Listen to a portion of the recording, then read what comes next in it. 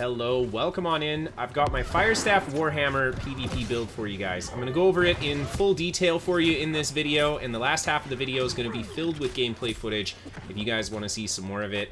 But man, this build is weird. I don't know. I started playing it about a week ago, and I honestly just thought it would be a mean build. I didn't think it would actually be any good, but lo and behold, it has some really crazy AoE burst damage. The combo of Sundering Shockwave into Incinerate is way stronger than I thought it would be.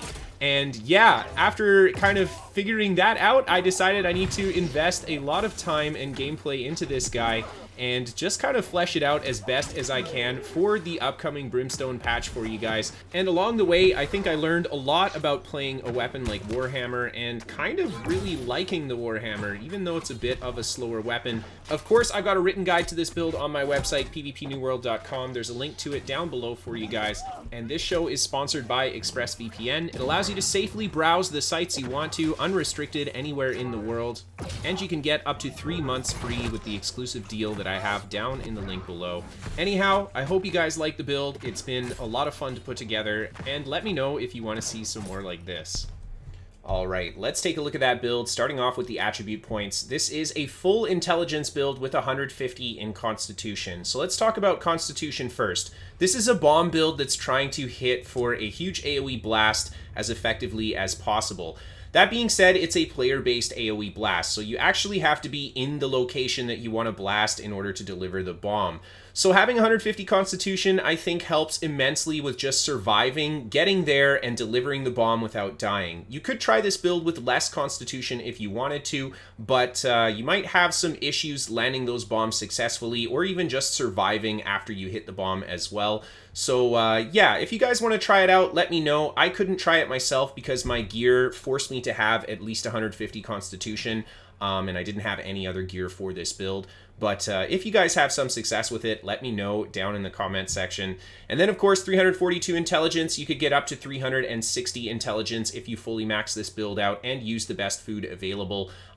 Yeah, gotta have as much intelligence as possible to increase that damage. The increased duration on the damage over time is really nice because Incinerate will apply 4 stacks of burning. So this is just going to increase the amount of pressure that it does over time, making it easier for you to finish off a target if they do survive the initial Incinerate blast. That 15% elemental damage, always great for a magic build in PvP. And then last but not least, that 10% critical hit damage, nice to increase the outgoing burst of the build too. Something I had thought about was maybe trying out 50 points in dexterity, but I think it makes more sense if I was to try something like Firestaff Rapier and then set this combo up by using Riposte instead. The critical hit chance, I think, could be really nice for Firestaff, especially if you manage to get a Keen Firestaff. You'll have a really high critical hit rate in general. So, for the weapons on the Firestaff, Stable Incinerate and Thwarting Strikes. Definitely the way to go. 32% additional damage to Incinerate. Yeah, these are the 2 perks that you absolutely want to have. Not only that, but increasing the damage of the base Incinerate will increase the damage that the burning does after it hits too. So, really big deal for this combo to have those 2 perks. If you want to increase your damage even further, I think Keenly Empowered is probably the best option, followed by Vicious and Keen. And if you want to have a utility option, I think Keen Speed on the Firestaff would be very helpful because this build is a little bit on the slow side. And then for the Warhammer, we've got Sundering Shockwave as really the only perk that you have to have on the Warhammer.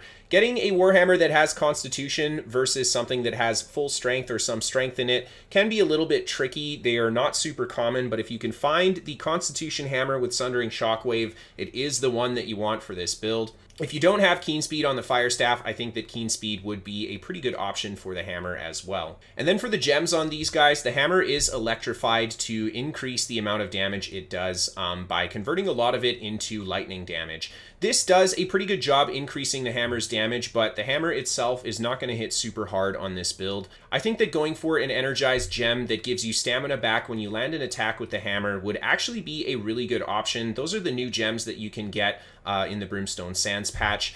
And then for the Firestaff, having that T1 electrified gem, just great for just increasing outgoing damage in general. Your other options would be the Cruel Enchant or the Opal for the increased damage when your stamina is not full. I think that Opal is not the best choice for this build because more often than not when you land this combo, you will be at full stamina when you use Incinerate. And the Cruel Enchant, definitely not a bad option, but unless you have the new gems on your gear that give you 1% increased fire damage each, I do think that the Electrified Tier 1 gem is going to be the best option for outgoing damage. Now, taking a look at the armor on this build, Shirking Heals, Refreshing, and Resilient. These are not bad perks for the build at all. This is just the helm that I had while I played it. Ideally, though, I think Resilient, Shirking Fortification, and Freedom are your best options for just the general perks on this build. Freedom especially because this build, again, is on the slow side, so this will help you escape out of combos before they can land that finisher. And this build's combo in particular is countered by Freedom. If your opponent has enough Freedom on, they can roll out of your Sundering Shockwave stun before the Incinerate lands. So yeah, in general, in PvP, I think those are 3 really good perks to have on your gear. And then I've got Empowering Fireball on the gloves. Empowering Fireball for this build is a must if you're using Fireball versus Pillar of Fire. And I just say that because you're not always going to finish people off with the Incinerate, and having a hard-hitting Fireball that's easy to hit your opponent with helps out a lot for landing that finishing blow. And then on the legs, I've got the Shirking Energy perk as well. Shirking Energy, a really good perk for stamina sustain in light armor. In the Brimstone Sands patch, this is nerfed to, I believe, 15 stamina instead of the 28 stamina.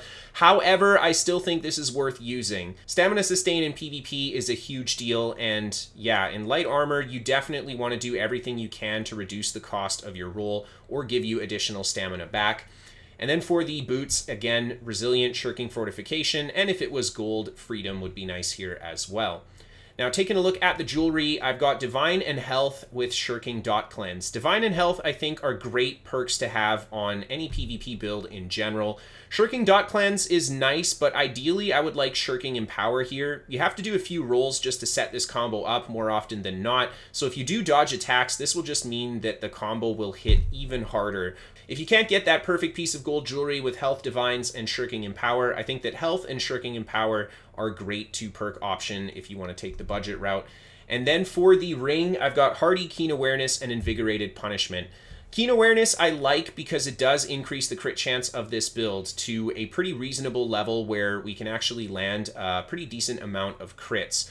If you want to, and if you're running the increased fire damage on your gear gems as well, I think that fire damage instead of Keen Awareness makes a lot of sense here too. Hardy is a pretty big deal for stam sustain in general. It allows you to do 2 dodge rolls in a row in light armor, which is a huge deal in PvP. And then Invigorated Punishment, I think, is a good option, simply because this gives you a damage increase without you having to do anything. It just depends if your opponent has buffs on them or not. I think that the Mortal Empowerment perk wouldn't make sense because this build dies pretty often because you're going to put yourself in a really dangerous situation to try to get those bombs off. And then moving on to the earring, I've got Healthy Toast, Refreshing Toast, and Regenerating. This is best in slot for healing in PvP, reducing potion cooldown, making those mana pots heal you, and of course the additional regeneration, just perfect. And then the resists on this build, a big focus on reducing incoming thrust damage and fire damage. This build's big weakness is a ranged opponent in an open field that can kite it. So yeah, focusing big time on reducing damage from those kinds of threats, and that's just going to allow you to land those bombs easier if someone's shooting at you as well.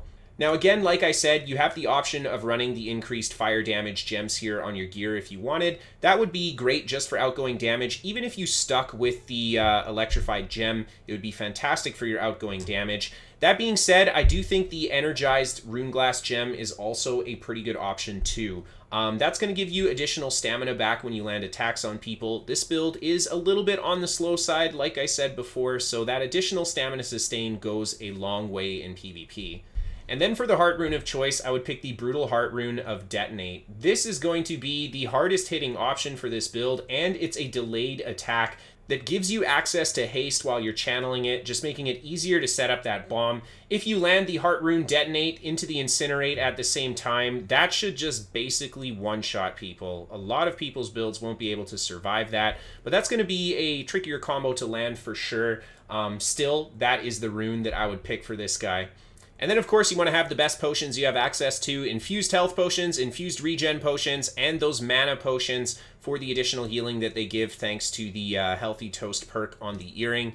And I do like having the gemstone dust here. I think that either this or the balm, it's up to you if you want to have the increased resist against elemental or physical damage. And of course, you want to use the best honing stone and food that you have access to. I went with the calamari and tomato stew on this guy simply because the 40 intelligence food is crazy expensive, so it wasn't worth it for me to buy it. Now, let's take a look at the weapon mastery on this build, starting off with the Fire Staff. A little bit of a weird tree for the Fire Staff because I wanted to use Burnout, Incinerate, and Fireball, but still have access to Runes of Helios. So that's why I've got basically all of the passives in this tree and just a single passive in the Pyromancer tree. Burnout is a must-have for this build. You're on the slow side. This is the only mobility skill that the build really has, so yeah, it's a big deal for this guy, and it's a great skill for helping finish off an opponent who's trying to run away as well.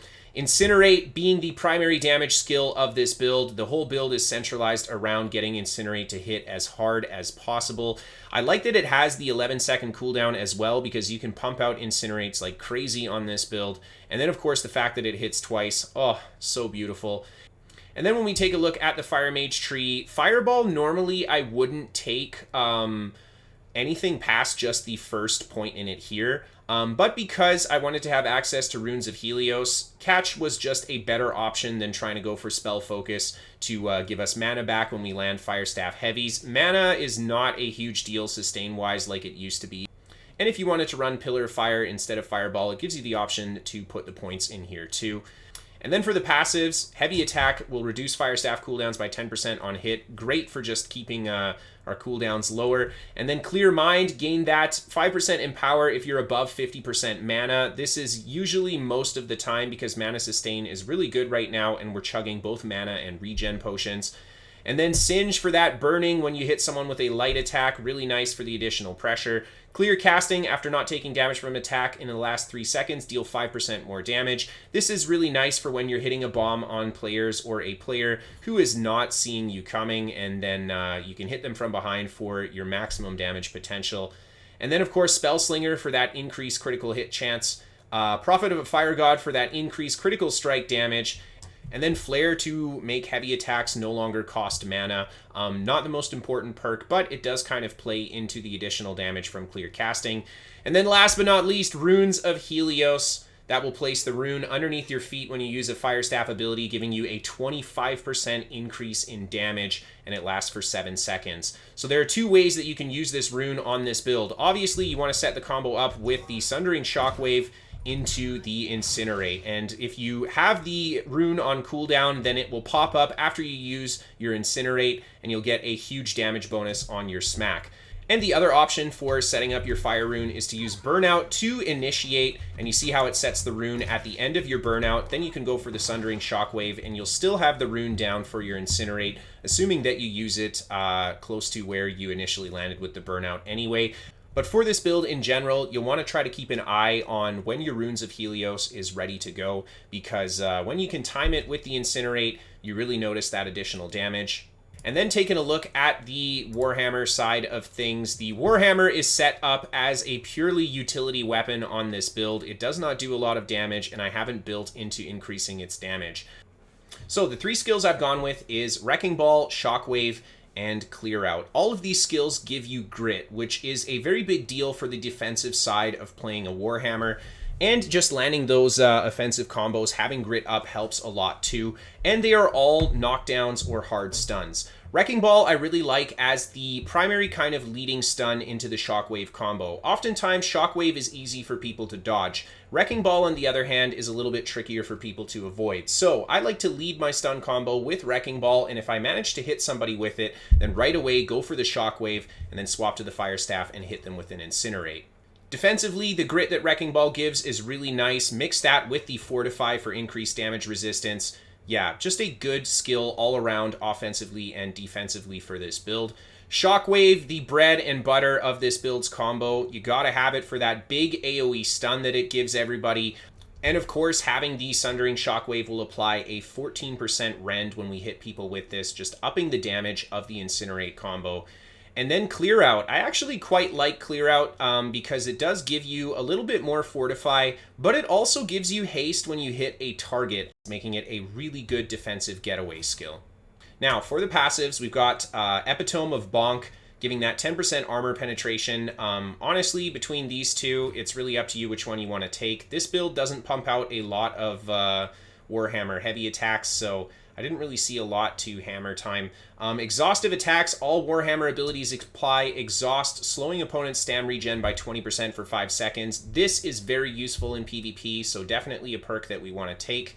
And then Hardened Steel for that grit on heavy attacks. Warhammer has a fully charged heavy attack, but a much shorter kind of medium charged heavy attack that it can do as well. And this will give grit to both of those attacks, which can be really nice defensively and offensively, just to help you set those combos with your stuns and fake people out on their reads.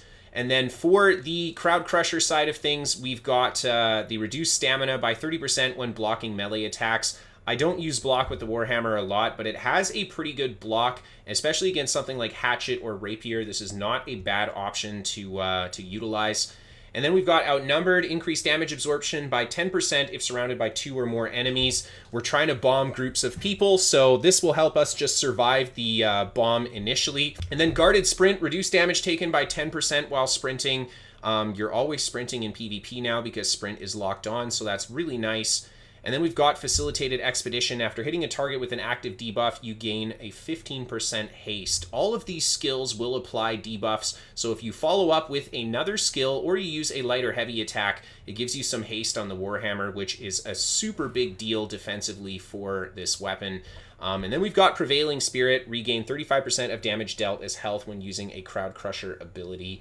It's up to you if you want to take this perk or not. The Crowd Crusher skills on this build don't hit super hard, but I do have a Leeching Warhammer already, so I thought, hey, what the heck, the little bit of additional healing might help me deliver those bombs every now and then. I think Concussive Impact is also a pretty decent option if you want to just go for a damage option. And then for the final one here, we've got Aftershock. When someone's affected by a crowd control effect, they are slowed by 20% for 4 seconds. Really good in PvP again. And there you go, guys. That is the build. All right, let's get into that PvP commentary. I've got quite a few fights for you guys because I did play this build quite a lot. The first fight here in Outpost Rush, there's a fantastic Sundering Shockwave. Not only do I get 1 kill, but I half-life a majority of the players there. And then there's the Fireball into Burnout, and I take another player down. Really dangerous spot here, eating the damage from the Ice Gauntlet, but I managed to turn around, hit that Hammer Stun, and then get safely up to the top here just to chug some more potions and try to stay alive. And here you can see there's still a player that's low on health from the initial blast. He didn't heal up in time, and the healer didn't get to him. And there's the Fireball to finish him off. And I just continue to try to apply pressure with the hammer. I ended up missing the Sundering Shockwave, but I still go for the Incinerate anyway, just to kind of push the people away from me. Incinerate, you don't have to always set with the Shockwave, but ideally with this build, you kind of want to if you can. There, the enemy hammer player goes for his Shockwave, and we're just kind of exchanging stuns. I had the good uptime on Grit there, and then I managed to land the stun on him into the Incinerate, and I missed the Fireball, just about getting the kill. But there's the Burnout to finish him off, and then right away just start working on another target. So, like I said in the build video, you don't always want to lead with Shockwave. Using your other hammer stuns to kind of work into the Shockwave stun works really well. There you see, I instead go for the knockdown and then the Shockwave, and I do manage to catch this guy with his Incinerate through the Grit, and I go for my own Incinerate. And the fact that Incinerate heals you is one of the best parts of this skill, especially for a build like this, because when we go to hit that bomb, you can see a lot of people are shooting at me because I'm holding still. I do have Grit up, so it's hard to stagger or knock me down, but that heal from the Incinerate, again, I do manage to connect on somebody, and you see my health shoot up by about 1,500, and there's the Burnout through. That player did not heal himself in time, and he ends up going down, and now I'm just kind of trying to hide a little bit in the stairway. I go for the double stun on this guy there. He ends up riposting my Fireball, but I do manage, I think, to land that Incinerate while he's in the corner. He is burning quite a lot from that, and I just try to keep the pressure on him while avoiding this other hammer player. There I go for the kind of defensive Incinerate, knowing the hammer player is coming. He did wind up the Shockwave though, so I had lots of time to dodge out of that, and I just missed the stun on that guy as he comes around the corner. Try to go for the Burnout through, and he goes for his Incinerate just as I try to knock him back. The Grit preventing me from getting that knockback, and now I'm taking a lot of damage from these guys, forced to retreat a little bit up to the top here, and it looks like a friendly player has come into the fight here, an Ice Gauntlet guy, and he's putting some damage into these two, but he's very quickly getting chipped away by them. I do manage to break the healer's block there with my hammer stun, and then I just hit him with a fireball before he can get that heal off, and he ends up going down. And then right away, as I see this guy comes towards me, I go for the Shockwave, manage to catch him with that stun, the Incinerate, roll back out of there, and then burn out through to finish him off. Now this player with Flamethrower is very squishy. I think this is the second time that he's run into this fight here, and I'm trying to target him, but unfortunately taking quite a bit of pressure from everybody else. The Void Gauntlet player right on my tail, and they end up taking me down. There I think you kind of get to see the weak side of this build and the strong side. Lots of AoE damage, lots of excellent burst and lockdown, but a little bit on the slow side, especially when you're caught in the open like that. And there's a great Shockwave into the Incinerate. That guy just ends up dying right away, and I just take some cover behind the staircase here. Ranged opponents are your biggest weakness on a build like this. You want to lure them into a tight spot. You don't want to fight them in an open area where they can just blast the crap out of you. So that's why I'm just kind of hugging the staircase. There's a great Shockwave as I come around the corner. Again, we kill someone outright from full health with it, and we do a lot of damage to everybody else. I do a good job dodging while that grenade that's on me ends up going off, so I end up not taking the damage from Sticky Bomb. And these guys are just shooting at me. Did manage to connect a fireball to finish off one of those guys that was lower health. And it looks like a friendly player's come into this fight as well. He's just trying to put some damage into these guys. I come back through the doorway here, throw the fireball down, and I'm trying to just swing my hammer around to see if it connects with anything. Honestly, in these kind of situations where you got a lot of ranged opponents, again, you have to be patient when you use that Shockwave and look for the right moment. There it was. I managed to connect a couple nice stuns and a huge amount of damage on that guy. He ends up going down from full health to the Incinerate, and I burn out into this guy here, try to hit him with the knockdown, but unfortunately I'm taking too much range pressure here, and I'm forced to just kind of jump off the edge. And I come back around the inside to start shooting at the respawn thing, and these guys just charge out at me instead. A good roll on the incoming burnout, and then as I come around the corner, I go for that stun. Now, there's a couple reasons I do get the kill, why that's such a good idea. Number one, having grit up as we come around the corner. Your opponent can't see you until you come around the corner, so that's going to prevent us from taking the bad of a stun exchange. And then because he couldn't see us, it's a lot easier to land that stun into the Shockwave.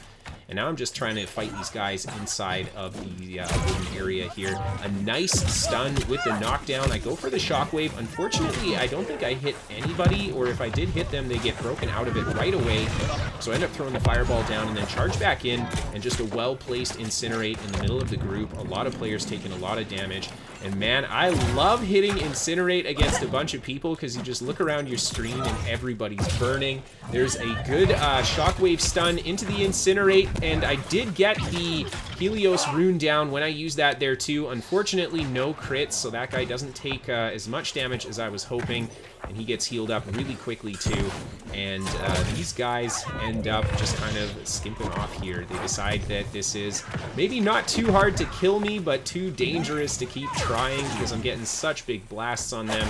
And eventually just some friendlies show up, and we end up finishing off the last couple guys there. Now, moving on to the next fight, a little bit of open world PvP. Again, you don't want to find yourself in too open of a position when you're playing this build. That being said, it looks like there's just one archer on the enemy team, so it's not too much for us to deal with. There you see the grit from Incinerate doing overtime. I try to burn out through to finish off the low health player. Unfortunately, I'm caught by the hammer stun as soon as I try, and there you see me trying to exchange stuns with the heavy strength build, and he's using all the grit that he has on the light and heavies. It makes it very hard for me to land those knockdowns on the hammer. Either way, I do land the Incinerate on him. He hits me with the Shockwave and then just backs off, I think, to heal, and a couple more guys come through the door on the right, and I end up just using Burnout to kind of break a bit of distance. There's a good stun with the initial knockdown into the Sundering Shockwave. Big Incinerate, lots of players taking a lot of damage. It looks like 2 players very close to dead there, and I'm taking a lot of pressure, so I'm not able to capitalize on it. Get a good hit with the knockback. Just giving me that that additional movement speed is super huge. Even though they had grid up and I didn't really get many stuns there, it worked well in the end, and I just managed to kite my way back up to the top. And we've got a purple player on our team here trying to help us fight all these green. And here's where this build does excellent in a group fight. Just holding that corridor. People don't want to charge through if you can drop everybody's health to like 25% with an Incinerate. They become very cautious entering a tight gap like that. And there you see, I was able to pick up 1 kill with the Incinerate as they did the initial charge. And now everybody else is sitting at the edge of the staircase there and just kind of shooting projectiles. Here I walk off the edge and go for the stun with the hammer. That's a great way to kind of drop the stun down on someone without them seeing. And a pretty unfortunate burnout there as I end up going off the edge. I did want to just try to put the damage into that guy and not launch myself off the edge. Either way, the friendly players that I'm with here, they're very fast and kitey. They end up quickly splitting away from the green group that we had kind of piled up here. And this guy goes to drink a potion. I wind up the Incinerate. Just unlucky timing on his part, and he ends up going down. And then this healer here takes a lot of damage from my attacks. He tries to jump off the edge. I think he might have thought he died of the fall damage there. He just kind of held still for a moment, then realized I was still on him, but it's too late. The fireball takes him down. And now I just continue to kind of pick these guys off one at a time. And yeah, I think this clip showed a pretty good example of how this build can function in a group fight and how well it can kind of hold its ground whenever there's some tighter terrain to work with. And one last clip for you guys against those green again. I had some really nice skirmishes out in open world PvP this day, and yeah, the green players here on top of the flag, we right away just charge into them, and I'm going to do my best to be the center of attention. The other yellow player here, he's got bow rapier, and he's playing a higher damage setup, so he's definitely going to want to kite and try to fight at a distance if he can. And I'm just going to do my best to shoot at these guys and see if I can lure them towards me. Go for that knockback with the hammer. Even though we didn't get the knockback, again, the haste, very useful. And of course, that grit. There you see a fantastic use of Incinerate defensively. Not only did that allow me to survive the incoming staggers with grit, but I was able to heal up quite a lot from the Incinerate as well. And those kinds of things go a long way in the course of a fight. There you see they're right on my tail. I go for a dodge backwards, lead with the initial knockdown stun. I don't hit anybody, but then I go for the big sundering shockwave into the Incinerate. Everybody taking so much damage. I don't manage to get the kill on anybody. It looks like one player at like 5% health there. And I try to land the counter stun on this guy right away going into the other knockdown. And yeah, 2 reasons why we do that. Number 1, if we can knock him down, he can't deal damage to us. A nice kill with Incinerate there. And of course, the presence of grit with all of those Warhammer moves, it makes it so useful in PvP. And there's a beautiful Sundering Shockwave. We do manage to catch the Rapier player, but I believe he has Freedom on there, so he's able to escape. And I do actually connect the Incinerate on the other player that's coming up. Something to note about Incinerate is that it has a little bit of lag to the ability. It'll deal damage well after the animation is actually gone. So just to keep in mind when you use Incinerate, it actually persists for a decent amount of time. And here you could see I've managed to get good damage on them. They're getting healed up by the healer right away, though. And there's an Incinerate as the healer comes charging through. I almost actually kill him with that combo. And then I just keep kiting on the staircase here. The enemy player with the axe just trying so hard to put damage into me. And their healer working overtime. Now, this build is actually pretty decent for killing healers because it has so much AoE burst. But yeah, there you see he just walks into the Incinerate. He ends up going down to it right away, so that's going to help this fight immensely. And well, with that, I will let you guys enjoy the rest of the gameplay as I say goodbye. Again, if you want to see a written guide to this build, you can find it on my website, pvpnewworld.com. If you want to see some live gameplay, give me a follow on Twitch. And of course, if you want to keep up to date with me, give me a follow on Twitter.